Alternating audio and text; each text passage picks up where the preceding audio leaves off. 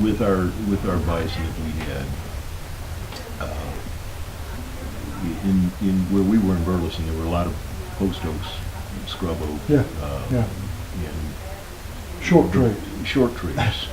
Although some of them were actually, because they were so dense, when they keep going for sunlight, so you get these really, some of them were white oak, some of them were post oak, some of them were blackjacks. I mean, you learn some of that Yeah, stuff. red oak.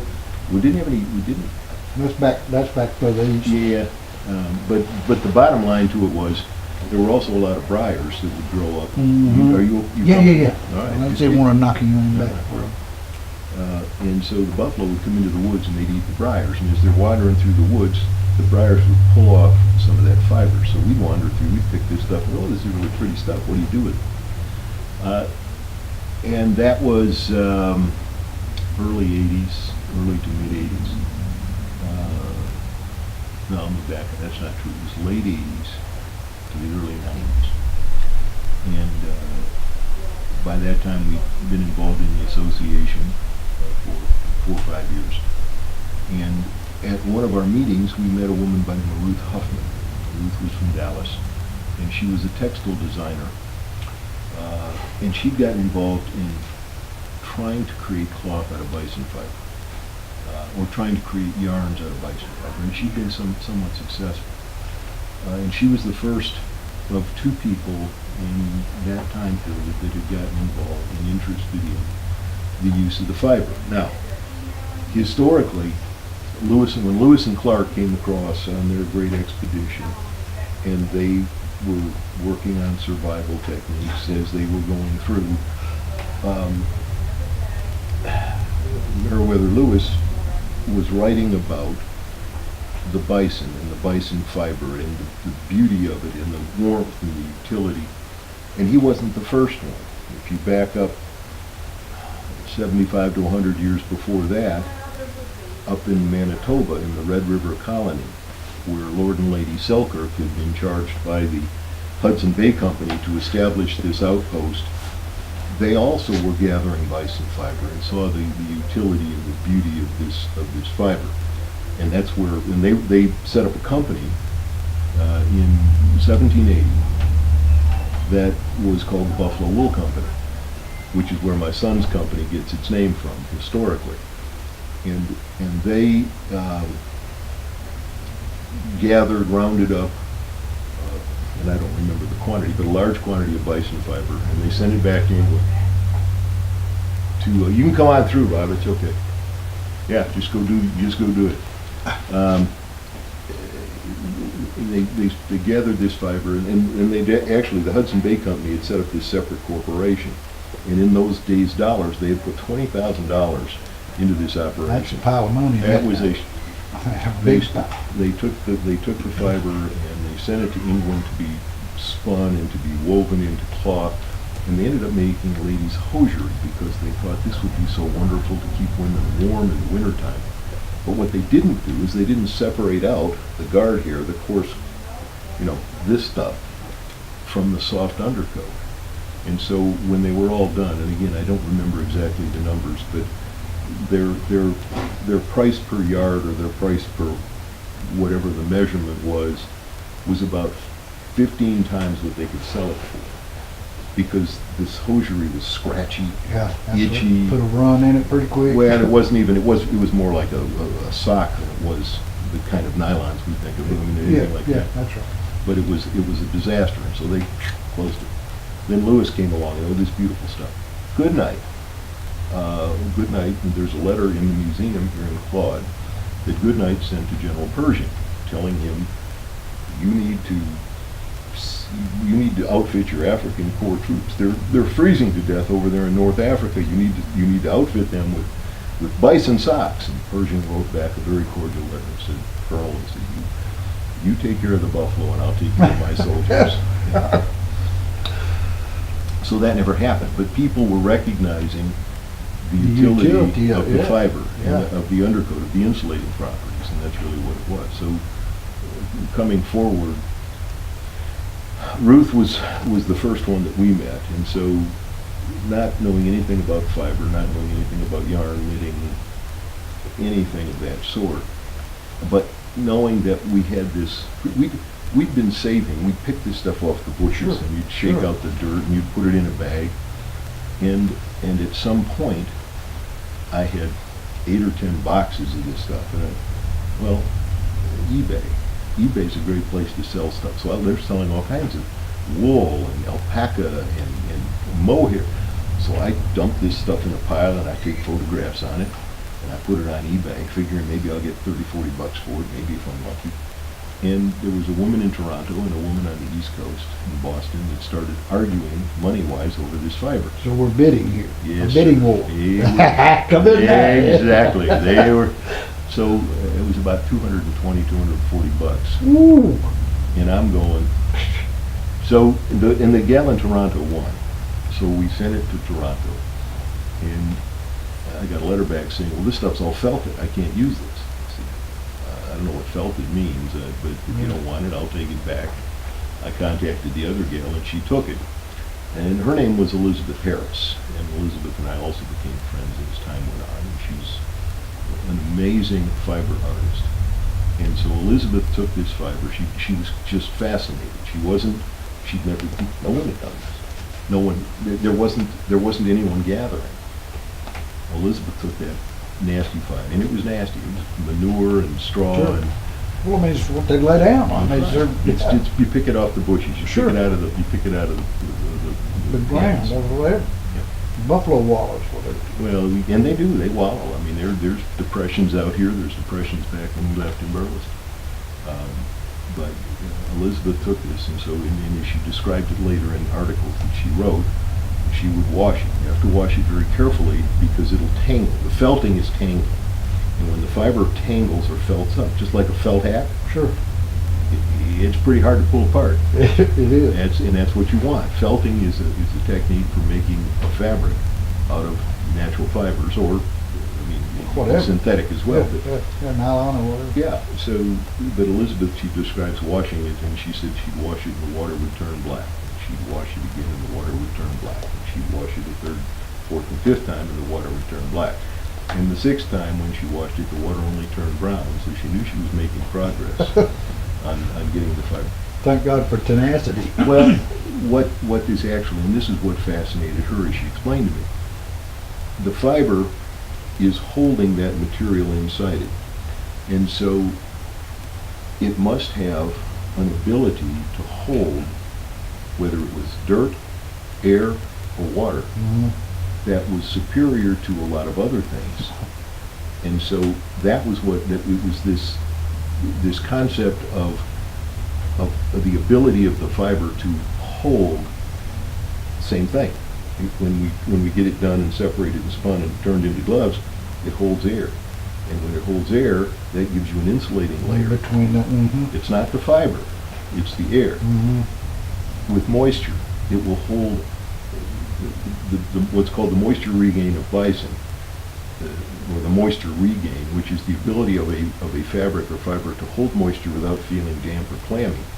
Bison is 12 times greater than wool, meaning it will hold, for the same thickness of material, it will hold 12 times the amount of moisture before it starts to feel damp. which brings us back around to, and we touched on this a while ago, you know, most people are like me, when they come in here, they get sticker shock. But they don't realize how valuable this stuff is. And I'm talking about the art, really, but the bison in general. So, Bison meat is more expensive than beef for multiple reasons. And again, it's generally the cost of production. With our products, we try to explain to people, and the people that use it, that get to understand it, will understand and appreciate it. Sure. It's not that we're simply charging. No. I know, I understand that part. Well, I mean, I know that. Right, Personally, but I know that. but it's for the public, or for the... Well, you when you walk in and you see socks at $35 to $55, you go, To Walmart and you... bullshit. Yeah, I mean, Yeah, that's why in the world? But you're explaining that as we move along. And there's multiple pieces.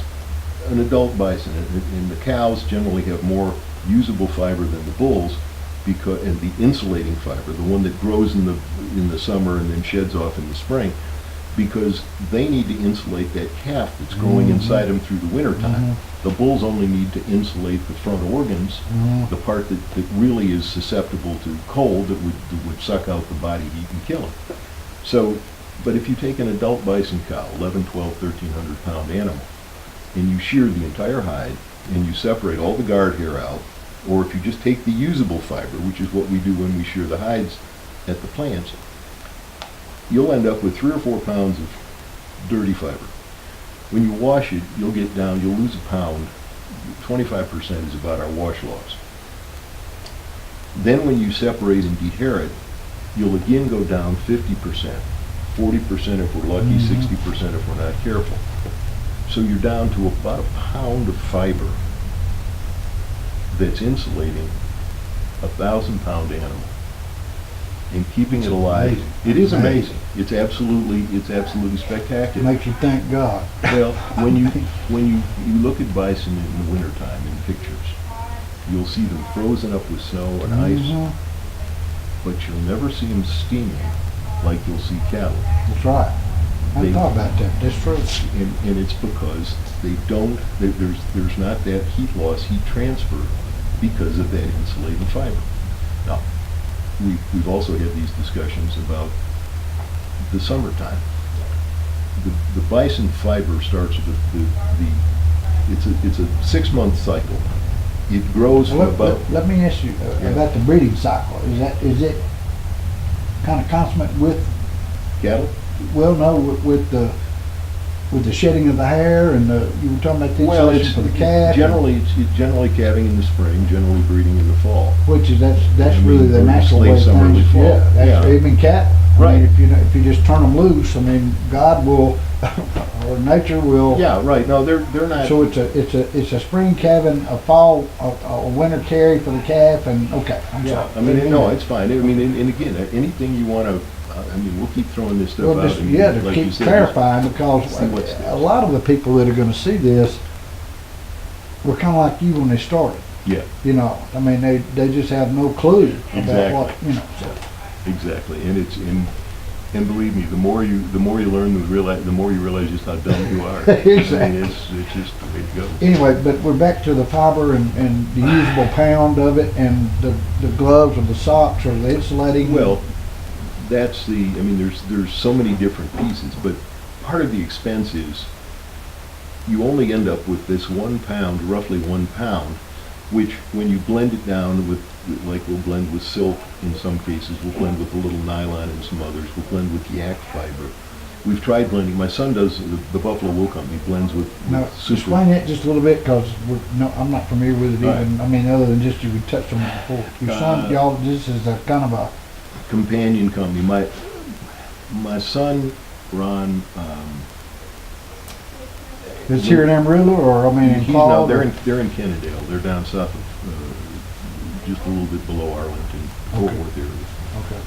But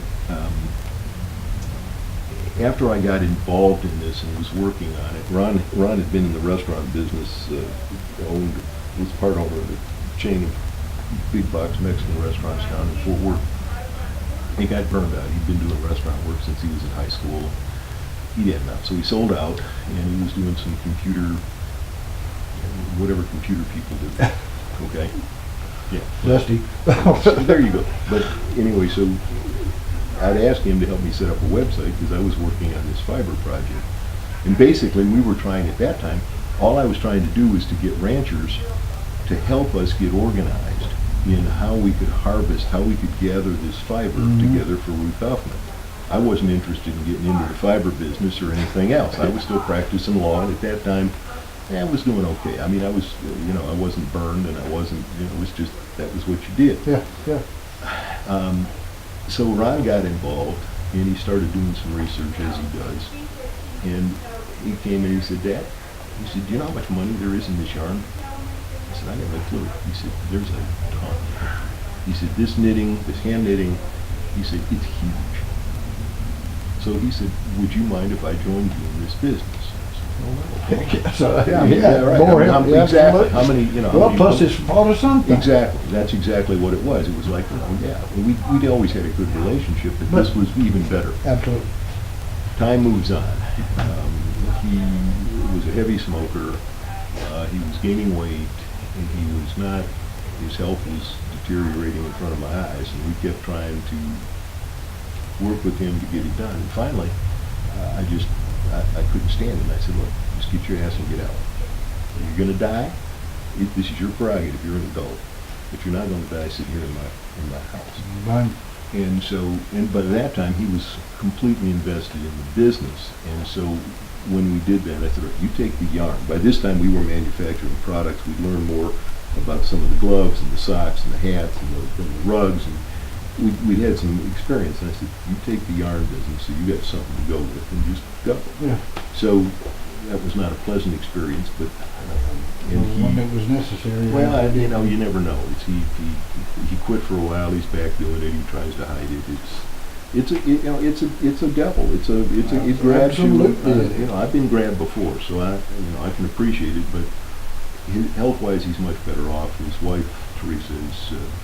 We call her Saint Teresa because she's that good, and the two of them now have this Buffalo Wool Company business, and they've actually surpassed our business model and our business plan. They're probably 3 times as big as we are in terms of sales, annual sales, and they do a lot of internet. They do a lot of social media, and so we don't push that because all I'd be doing is competing with my kid. And it doesn't. I mean, what are we going to do? We can have a price war between us? I mean, that makes no sense. That's right. So, but we do still work very closely together. That was him that called a little earlier in the day. And right now they're in Washington D.C. at the Winter Christmas Market. They travel 200 to 250 days a year. They're on the road. Trade show Yeah. kind of thing? Yeah. Okay. Most retail shows. We do very few wholesale markets.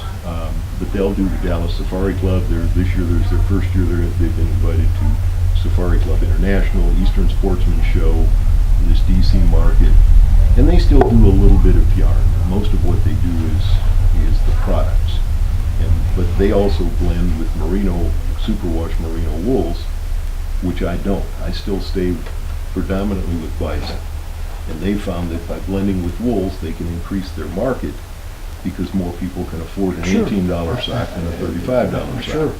And they can make a good sock. I just don't think it's as good. And again, this is Well, it probably isn't. I mean, it's a sock. I mean, all you want is you want your foot to be comfortable, and you don't want it too hot. You don't want it too cold. But with our stuff, the one box that Darlene just sent out today, this is a fellow that was an engineer on the pipeline, the Alaska pipeline, and he wore our socks in 40-degree below weather up in Prudhoe Bay. And until it got to 40 below, he didn't need a second pair of socks. He would wear our full finger gloves up to 20 below, and then he would put an overmitt on but up to 20 below. He was okay. Amazing. It is amazing. But the bison is an amazing animal. Well, so, I mean, this was up at one of the reserves up outside of Anchorage a few years ago. They were expecting, there was a mother that was fixing a calf, and I actually was up in Palmer, now that I think about it, at the Palmer Research Station. The cow was fixing a calf. It was January. They were expecting 20 plus below zero, and they didn't for sure know, do we try to bring her in? Do we leave her outside? It's like a cabin barn. I mean, because cattle will freeze to the ground. That's right. I mean, they will. The calves, when they hit the ground, are wet and they'll freeze to the ground. Well, So up around Detroit and up in that sure enough cold country where they're calving in the winter or late spring, they'll freeze to the ground. So calving barn. I'm sorry. This is exactly, you need to explain as you're doing. Yeah. Because again, Well, never having been around cattle, I appreciate the analogies and the differences, and that's very helpful. But these guys up there took and they brought some hay bales, some round bales, and set them up and built a shelter windbreak or. That's all it was. Next morning they come out and there's mama and baby. Yeah. 20 degrees below zero, calves, baby's up, nursing, happy. The bison. Yeah, I mean, it's amazing. It's just, and the other part of it is summertime down here. We had 105, 107 degrees this last summer. One of the TV stations in Amarillo sent this young gal out who'd been out here when we had the fire, so she knew the place. She knew. They thought it would be a great story to find out what do you do for bison in 105 degree weather. Yeah.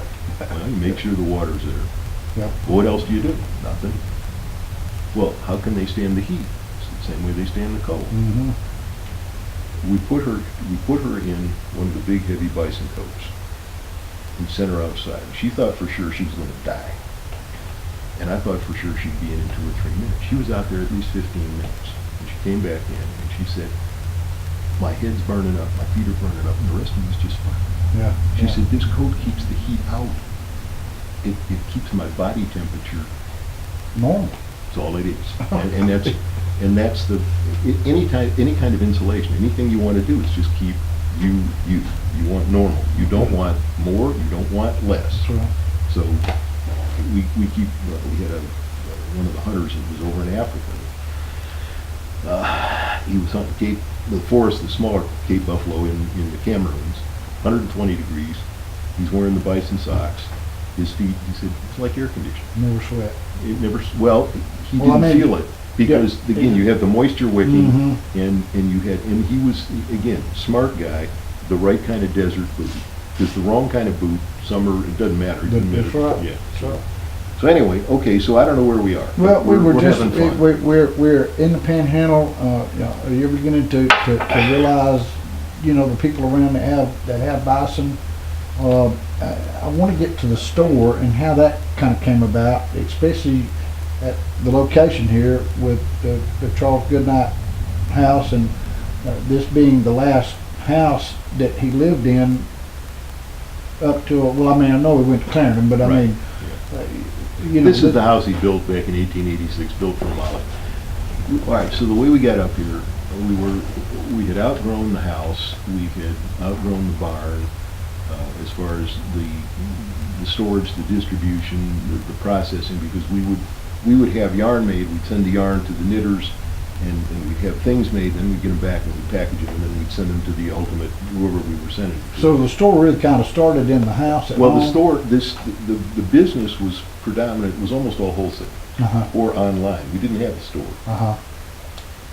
We were looking, I wanted to find a place on a major highway. I was ready to move. Burleson was getting crowded. We'd been there a long time. We were ready to move on.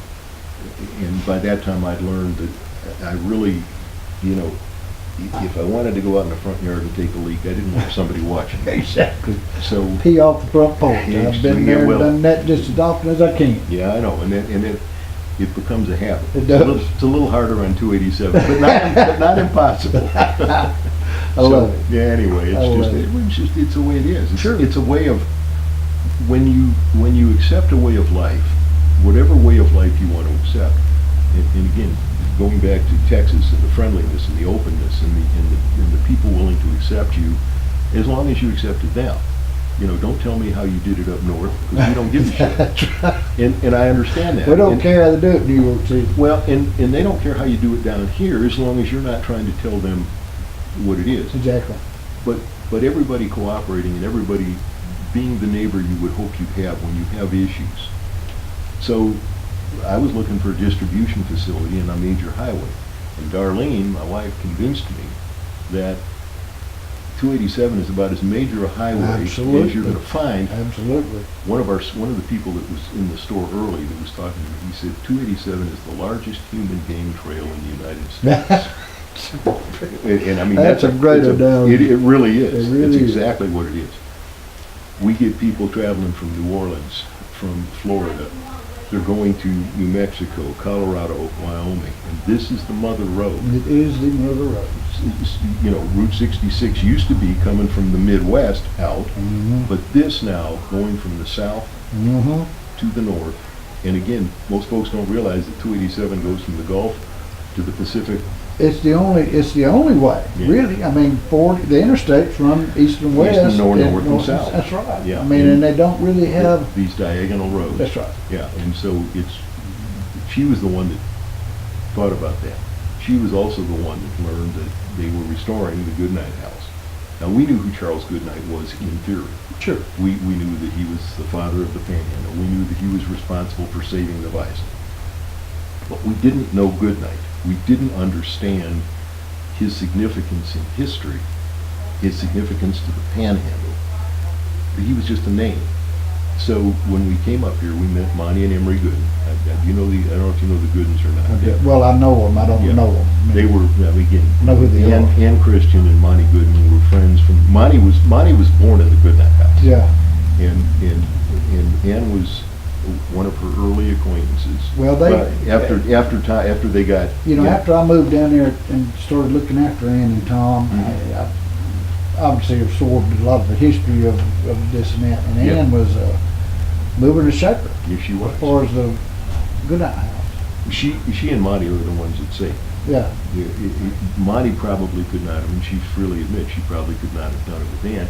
And they would, as they would say, but in this very genteel way, they would fight like cats. Oh, I know Ann. But- Ooh, wait. But they would She ran the always, deal if there was any deal to be run. I mean, bless Tom Christian's heart. That's all I do. well, And I mean, I love her to death, but she was the. but it always takes that balance. It does. It takes, you can be strong in different ways, and the biggest strength is admitting when it's, lead, follow, get out of the way. That's right. And so as long as you have that balance, and Ann was, again, we met Monty and Emery, they showed us what they were doing. They helped us find this land that we're on now, or they told us about the fellow that owned it. That's a whole other story, Denny Hargrove. Yeah. Denny he's a mess, he's a friend, he's somebody that, I mean, he's like a brother. And again, we've only known him about 8 years now, something like that. But there isn't a thing I wouldn't do for him, and there isn't a thing he wasn't or hasn't done for me. And that's Texas.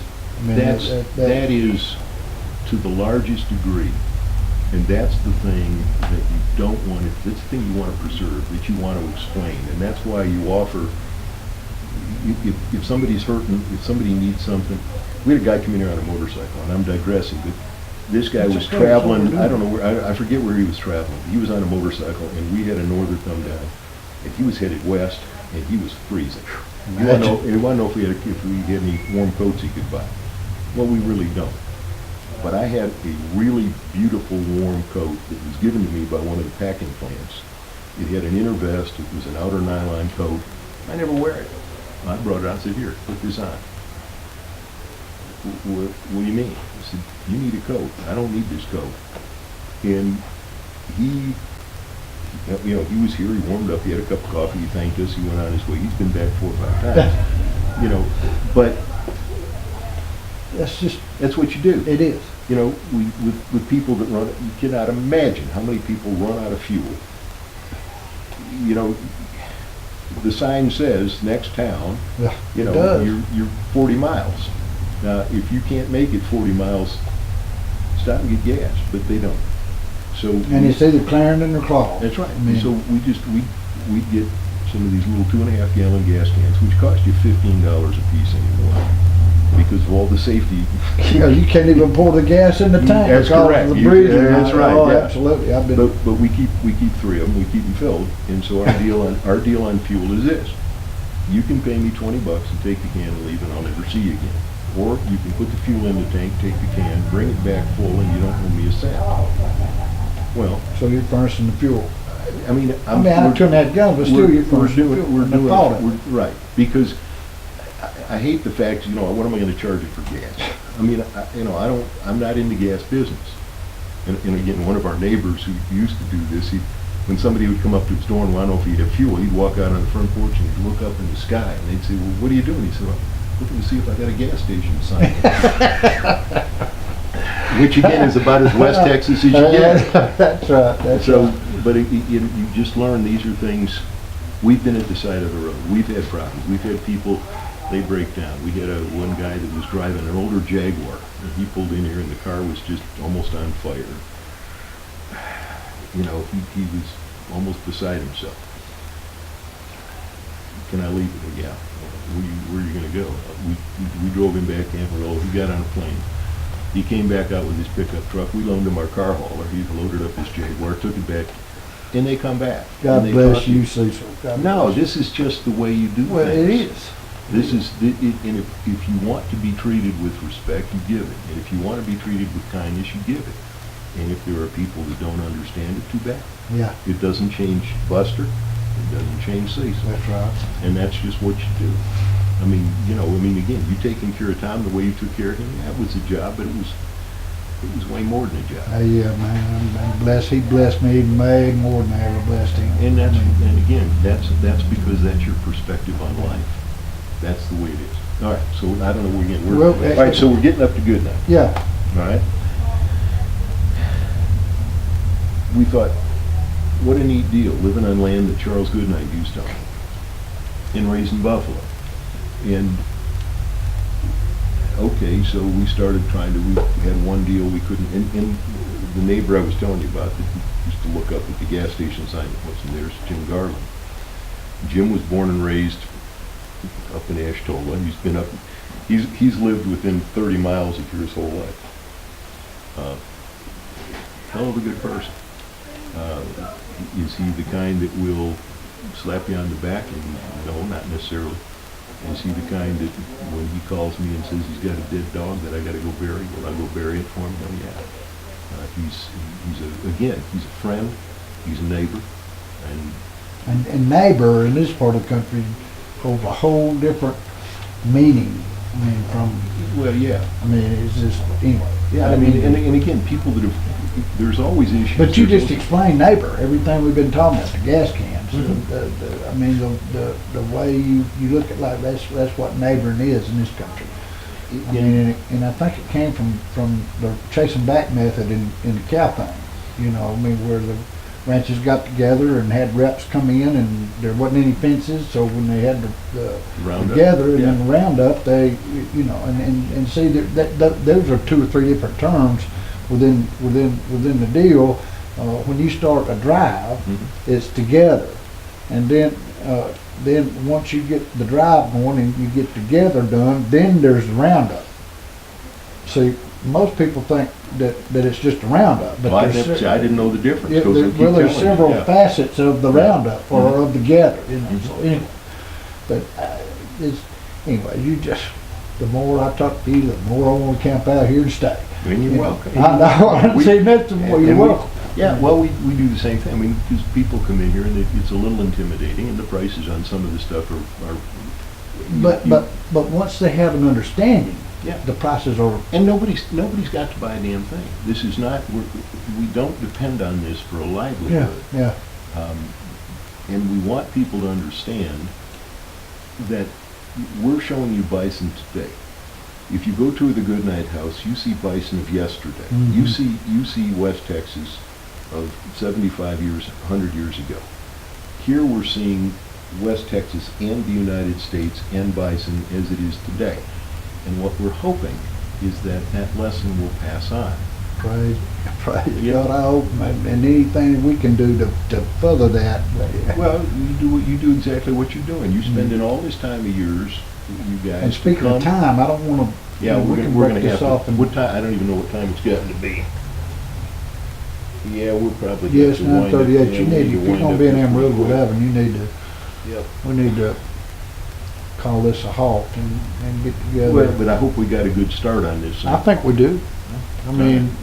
And you guys can, again, you can put a few notes together if you want and say, okay, here's. Yeah, we can go back. I can go back and look at it and do a little more cleanup focus, whatever. Yeah, investigation on several. Thank you, brother. I love you. Thank you so much for sharing your story and your life. And you make decisions about what happens. If I had said I don't want to follow my wife to another job, I'd have never gotten to Fort Worth. If Darlene hadn't said, this is a tremendous deal, we wouldn't be up here. And again, it wasn't we didn't sit down and pull a business plan together and say, you know, we can do this, and this was not supposed, the store, are you still running on this? Mhm. All right, so let me give you the kind of the wind up here. Yeah. This store was supposed to be a few pair of socks and gloves. That's all it was supposed to be. I know, I understand it. The building we're sitting in here, Denny Hargrove had put this shell up. He had planted all the trees. Denny is a fascinating person who grew up in this area and he has a lot of admirers. He has very few friends. He's very abrupt. He's got a heart that is bigger than Tom Christian's. And I say that with love for both of them. I understand. This is a guy that knows how to, he knows how to bow his head, when to bow his head, both out of respect to the Lord and respect to other people. But he also knows how to buck up, and he doesn't take shit from anybody. An amazing guy. How old is Danny now? Danny? Yeah. He turned 60. 60. He had a 60th birthday party a year ago, 2 years ago. So 61. 60. Yeah. I knew he was a little younger than I am. Yeah. But and again, knowing that you know him, some of this, Yeah. and I don't know how well you know him. Not all that well. I mean, And he won't let most people know him that well. That's just Danny. He doesn't want to be. He had built this. He had planted the trees. This was going to be. He was going to sell trees, rocks, and bait, because at the time there was water in Greenbelt Lake, and they don't sell. He had gotten to know, and I don't remember his name, Virginia Patton in Clarendon. Virginia is an insurance agent. She's also got some health issues. But her dad owned this piece of land. It's just a little 16-acre sliver. And Denny had gotten to know him, and would come out and spend time with him. That's how Denny gives. He doesn't ask you anything. He just gives. And so when Denny calls, and we jump. We just do. But anyway, the shell was here, and this wasn't our first choice, but the other choice didn't pan out, and I got his number. I called him. I said, he said, yeah, we'll go to breakfast. So we went and had breakfast, and I told him what we were doing, and without hesitation, he said, okay, I'll sell it to you. And he said, here's what I got in it. I said, so what do you want for it? He said, what I got in it. And I said, that's, in my mind, that's not enough. He said, it's enough for me. If this is what you're going to do, we're fine. Part of the project, yeah, absolutely. Exactly. And it was like, here, shake hands, we got a deal. And then he helped, because he does construction. He got his crews together to help do this. And the trailer out back was where he had set it up for living in, but this was his retirement. He's from Canyon. He's got warehouse buildings and office buildings down in between Amarillo and Canyon. And is there between Amarillo and Canyon anymore? No, there really isn't. I'm not sure where he's. But you're right. Yeah. Well, but he had or was and still is involved in the River Falls development with Cully Curry. And Danny, just do whatever you need to do. Yeah. When we started on when we realized this wasn't going to be big enough for what we wanted to do, and that Darlene was not going to live in the trailer, we built on the second part, and that's where I got. We found a general and worked the deal out and got that part. But Danny's always involved. You need him, he's here. Anyway. Well, the store from the fabric to what we see here, real quick. Or I mean, just we can start that the next time. We can drink it. It's 20 till 10. It's all right. We'll get on the road. Okay. If it involves bison, if there are people involved, the drums behind you. These are folks in Rapid City that take bison hides from the packing plant there and hand scrape them and turn them into native drums. Dave, I forget Dave's last name. The guy that owned it is not native, but his wife, Sonia Holy Eagle, is native and from the Rosebud Reservation. And so Dave makes the drums and Sonia paints them. Dave has them made, but they're hand-scraped bison hides. I want to get into the Indian thing Yeah, and what it's we did to them and what we continue to do to them. They're prisoners of war in their own country. well, that's true and it's not true. We've got a lot of native, we have a lot of people of native descent that we consider friends, and the more that we're involved with them, the more you realize that this next generation that they've really helped the tribes figure out there's a tremendous amount of wealth within the Indian nations, but some of it was given, but most of it now is earned. And the casinos have helped them earn it, but what they give back to the tribes and what they're doing to help their own people and others is admirable. It's the kind of thing that will help heal rather than be divisive. And the older folks that still harbor the hate are going away, as are the older folks on our side that harbor the animosity. Sure. I mean, So- there was a lot of depredations on both sides. Exactly, I mean, except that ultimately we had more guns and more horses. That's Well, pretty and much the it's way it was. to the victor goes the spoils. That's You right. want to be the conquering nation, you know, That's right. we still play Friday nights the same way. And then, we rebuild your country, i.e. Japan and Germany both come in after the war. Anyway, so it's And Vietnam Yep. and Yeah. the Middle and East. Iraq now, and I yeah. know, I understand. We digress from the store again. So at the point where if the building wasn't big enough and We added another building to it. We pretty much decided this is about as big as we want to get, although we keep having other designs. And like I'm saying, we're going to Amarillo because there's an opportunity there to set up a small store downtown on Polk Street where they're redeveloping things. And fantastic. just bring a little of this, not bring the whole thing, but bring a taste of what's here, because we can't bring the whole thing. No, but the taste Yeah, will fire I think the so. desire I think to that'll. get in the vehicle and drive 30 miles or 35 or whatever. Well, but it's 37. even better than that anymore, because I can take my phone and Call I can call Darlene and say, here, we've got video chat here, this guy wants to look at some other hives. So she can come in. She can walk I've in never here. even thought of it. See, I'm Well, I know, but I'm saying, Yeah. it's something that you can go, yeah, that's the one I want, okay, we'll Yeah. have it down here Yeah. in the morning. Yeah. I mean, you can do these kinds of things now with the technology we're out here in Goodnight. We've got better cell reception. We've got fiber optic cable. We've got an AT&T tower across the street. Now, if you got Verizon or someone else, you don't get service. Yeah. But AT&T, we're hooked. And with the fiber optic, we've got as high speed as we can get for, and they're running these fiber optic lines for one house and two houses. It's nuts. It's nuts, but Yeah. Yeah. it's panhandling. Yeah. They ran electric lines for one house and Yeah. two houses. Ran the telephones over actually fence lines. Mhm. No, I understand, and you want to get an electric pump in your well, call them, they'll run a line. Yeah. Yeah. It's just the way it is. All right, Buster. All right, Cecil. Thank you, Thank you, brother. man. We enjoyed it. Just,